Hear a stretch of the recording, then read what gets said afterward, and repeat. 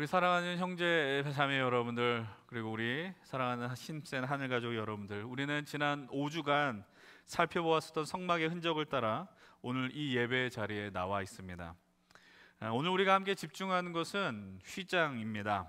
여러분들 이 휘장을 여러분들 보게 될 때 하나의 천 조각처럼 느껴질지 모르겠습니다. 실제로 휘장은 영어 성경으로 커튼으로 표현이 되어 있습니다.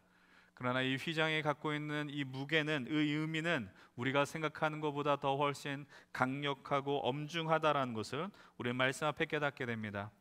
여러분들, 오늘 말씀 속에 이 휘장은 어떤 모습으로 되어 있습니까? 오늘 본문 우리가 읽었던 출애굽기 26장 31절로 33절의 말씀은 이렇게 이야기합니다. 너는 청색, 자색, 홍색 실과 가늘게 꼰 배실로 짜서 휘장을 만들고 그 위에 그룹을 정교하게 수놓아서 그 갈고리를 내 기둥에 늘어뜨리되 내 기둥을 조각목으로 만들고 금으로 싸서 내 은 받침 위에 둘지며, 우리 33절의 말씀을 한 목소리로 읽습니다. 그 휘장을 갈고리 아래에 늘어뜨린 후에 증거계를 그 휘장 안에 들여놓으라. 그 휘장이 너희를 위하여 성소와 지성소를 구분하리라. 아멘. 이 휘장은 이렇게 고백하고 있죠. 청색, 자색, 홍색 실로 가늘게 꼰 배실로 두었다라고 이야기를 합니다. 이 안에 그룹을 수놓았다라고 성경은 이야기합니다. 여러분들 이해하기 쉽게 그룹이란 언약궤 위에 있는 날개를 단 천사와 같은 모습을 한 그들을 그룹이라고 표현을 합니다. 이 휘장을 보게 될 때 화려한 모습으로 수가 놓아져 있습니다. 볼 때 너무나도 화려하고 아름다웠을 것입니다. 그러나 이 휘장에 갖고 있는 의미는 무겁고 엄중하였습니다. 여러분 보셨던 것처럼 그 휘장은 성소와 지성소를 구분하는 그 위치에 놓여져 있었습니다. 그러나 이 휘장의 역할은 단순히 성소와 지성소를 구분한다고 표현하기에는 너무나도 큰 장벽과 같이 여겨졌다라는 것을 기억하셔야 합니다. 여러분, 휘장을 이렇게 설명하면 이해할 수 있을까요? 여러분들이 살아가시면서 정말 가까운 누군가가 있을 것입니다. 정말 친해지고 싶고 정말 가까우고 싶은 하나의 어떤 사람이 있을 것입니다. 그러나 그 사람 앞에 다가가기에는 너무나도 큰 벽이 존재하는 것, 그런 경험을 해보신 적이 없으십니까? 아마도 휘장은 그런 역할을 한 것이 아닌지 모르겠습니다. 우리가 인생 속에 살아가면서 우리의 마음 속에서도 누군가의 관계 속에 휘장을 갖고 살아가는 것이죠. 하나님의 임재를 우리는 간절히 바랍니다. 하나님 앞에 나가기를 원합니다. 그래서는 이 휘장을 통과하며 주님 앞에 나가야 됩니다. 지성소로 나아가야 했습니다. 근데 문제가 있습니다. 그것은 무엇이냐? 우리 앞에 우리와 같은 존재들은 감히 이 휘장을 통과하여 지성소로 나아갈 수 없었다라는 것입니다. 이 말씀의 의미는 과연 무엇일까요? 레위기 16장 2절의 말씀은 이렇게 고백하죠. 우리 함께 2절의 말씀을 함께 읽어보겠습니다. 여호와께서 모세에게 이르시되 내 형 아론에게 이르라. 성소의 휘장 안 법궤 위 속죄소 앞에 아무 때나 들어오지 말라. 그리고 함께 읽습니다. 그리하여 죽지 않도록 하라. 이는 내가 구름 가운데에서 속죄소 위에 나타남이니라. 아멘. 말씀합니다. 아무 때나 들어오지 말라는 거예요. 왜 아무 때나 들어오지 말라고 이야기하십니까? 아무 때나 들어오게 되면 그곳에서 죽음을 맞이할 수 있기 때문입니다. 여러분, 왜 이 휘장을 넘어 지성소에 갈 때 아무 때나 들어가면 죽음을 맞이하게 되는 것일까요? 여러분, 휘장 너머에 어떤 것이 있습니까? 우리는 이것을 다음 주 부활주일 말씀을 통해 확인합니다. 언약궤가 있습니다. 법궤라고 부르는 언약궤가 있는데 그 언약궤 안에 어떤 것이 담겨 있죠? 바로 하나님께서 모세를 통해 주셨던 십계명 두 돌판이 그 언약궤 안에 있습니다. 여러분, 말씀은, 율법은 오늘 우리를 향해서 무엇을 줍니까? 우리가 죄인인 것을 확인시켜 줍니다. 그러니까 율법을 통해서 우리가 구원을 누릴 수는 없지만 죄인임을 깨닫게 해준다고 성경은 이야기합니다. 우리 율법을 통해 죄인임을 확인합니다. 죄인은 감히 지성소 앞에 나아갈 수 없는 자들이었습니다. 휘장은 그런 역할을 했습니다. 단순히 성막의 장식이 아니라 죄인된 인간이 감히 하나님 앞에 나아갈 수 없도록 막은 하나의 장치였다라는 거예요. 경계 역할을 했다라는 것입니다. 그것이 바로 오늘 우리가 함께 눈앞에 둔 휘장의 모습 역할이었습니다. 그럼 이 휘장은 언제 통과할 수 있을까요?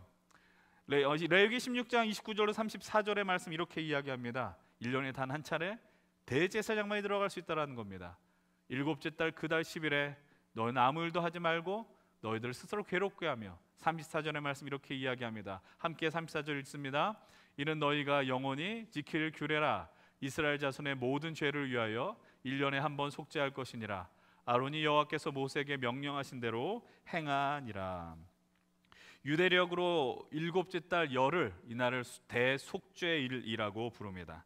이날 한 차례 대제사장이 이스라엘의 모든 죄를 짊어지고 그 동물의 피를 들고 휘장을 통과하여 지성소로 나아가게 됩니다.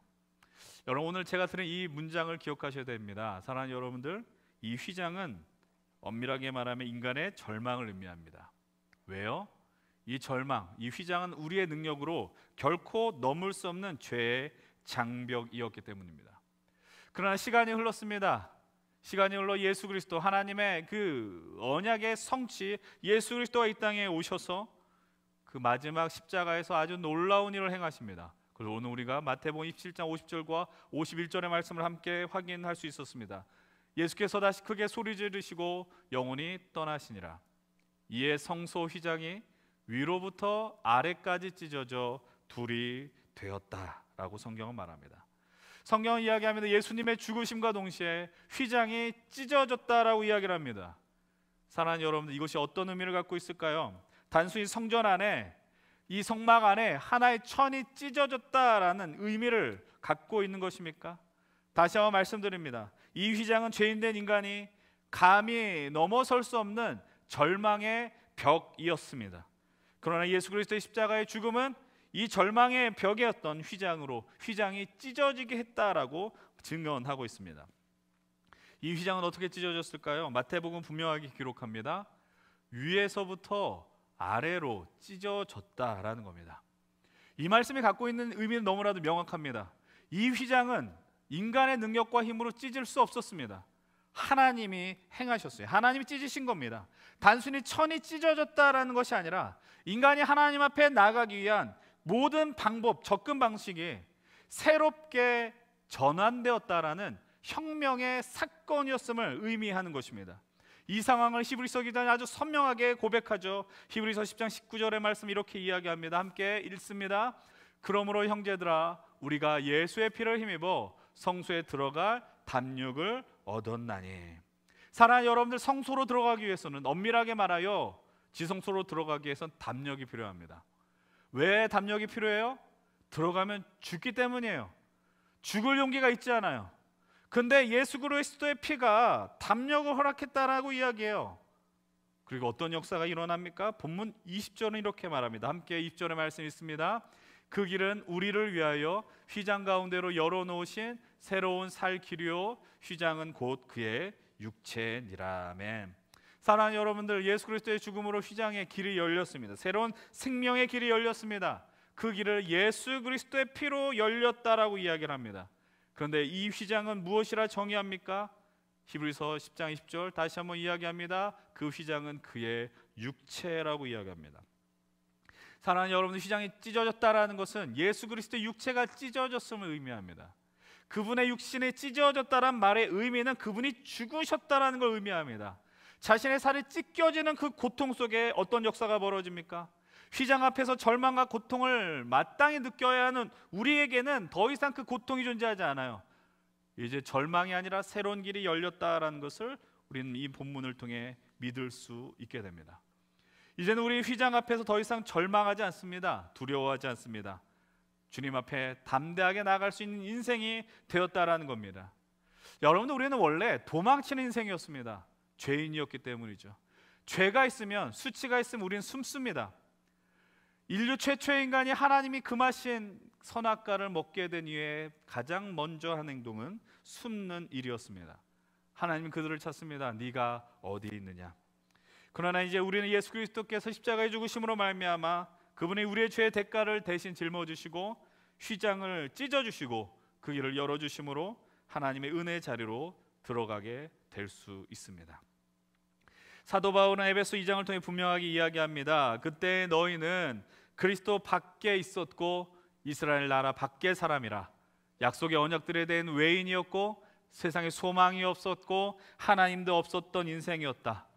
그냥 형편없는 자였다라고 이야기를 하는 겁니다. 여러분들, 그리스도 밖에 있었고 소망이 없는, 쉽게 말하면 답이 없는 인생이 바로 저와 여러분이었다라는 사실입니다. 그런데 예수님이 오셨습니다. 하나님의 아들인 예수 그리스도, 그분이 시공간을 초월한 이 자리로, 그 제한이 없으셨던 그분이 이 역사의 자리로 들어오셨다라는 겁니다.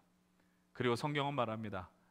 좀 깁니다. 그럼 에베소 2장 13절 18절의 말씀 이렇게 이야기합니다. 전에 멀리 있었던 너희들이 예수의 피로 가까워졌고 그는 우리의 화평이 되어 주셔서 막힌 담을 허물어 주셨으며 또 그 십자가로 하나님과 화목하게 하셨다라고 이야기를 하고, 그래서 그로 말미암아 우리는 하나님 아버지께 나아갈 수 있게 되었다라고 선언하고 있습니다. 예수 그리스도의 피가 어떤 역사를 나타냅니까? 우리로 하나님 아버지께 나아가는 은혜의 길을 허락해 주셨습니다. 이제 여러분들의 눈앞에 있는 이 휘장은 더 이상 하나님께 나아가는 길을 막는 벽이 되지 않습니다. 예수 그리스도의 피로 말미암아 이제 이 길은 새롭게 열리게 되었습니다.